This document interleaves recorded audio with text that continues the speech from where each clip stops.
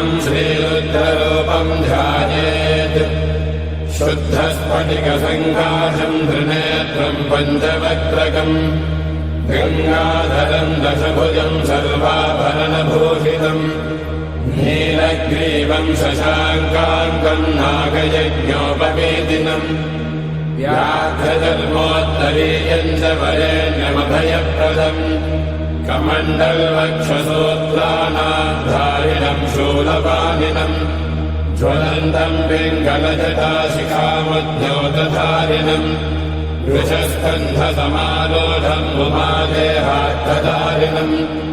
अमृतेनाकृतम् शान्तम् दिव्यभोगसमन्वितम् दिग्देवतासमायुक्तम् सुरासुरनमस्कृतम् नित्यम् च शाश्वतम् शुद्धम् ध्रुवमक्षरमव्ययम्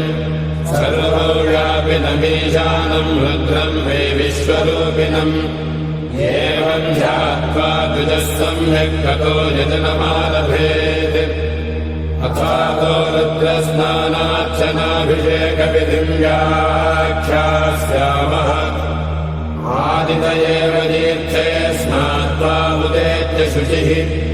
रजतो ब्रह्मचारी शुक्रवासा देवाभिमुखस्थित्वा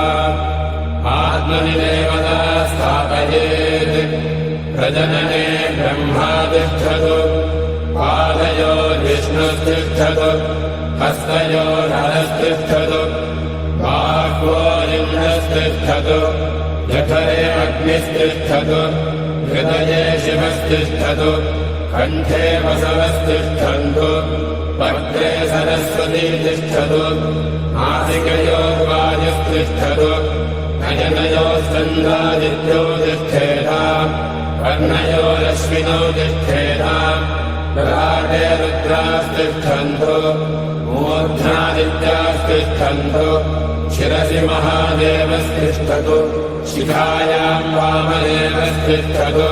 पृष्ठे पिनाकी तिष्ठतु पुरतः शूली तिष्ठतु पार्श्वजो शिवाशङ्करो तिष्ठेताम् सर्वतो वायुस्तिष्ठतु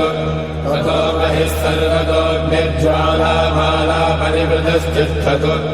सर्वेष्वङ्गेषु सर्वा देवता यथास्थानम् तिष्ठन्तु मागुम् रक्षन्तु ॐ अग्निर्मे वाजिश्रितः वाहृदये हृदयम् मयि अहममृते अमृतम् ब्रह्मणि वायुर्मे प्राणे श्रितः प्राणो हृदये हृदयम् मयि अहममृते अमृतम् ब्रह्मणि सूर्यो मे चक्षुषि श्रितः चक्षुर्हृदये हृदयम् मयि अहममृते अमृतम् ब्रह्मणि चन्द्रमा मे मनसि श्रितः मनो हृदये हृदयम् मयि अहममृते अमृतम् ब्रह्मणि दिशो मे श्रोत्रे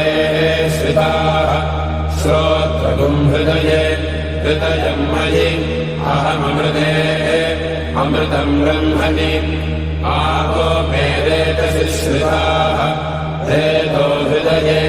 हृदयम् मयि अहममृते अमृतम् ब्रह्मणि पृथिवी मे शरीरे श्रिताः शरीरगुम् हृदये हृदयम् मयि अहममृते अमृतम् ब्रह्मणि ओषधिवनस्पतयो मे लोमसु श्रिताः लोमानि हृदये हृदयम् मयि अहममृते अमृतम् ब्रह्मणि इन्द्रो मे मणे श्रितः पदगुम् हृदये हृदयम् मयि अहममृते अमृतम् ब्रह्मणि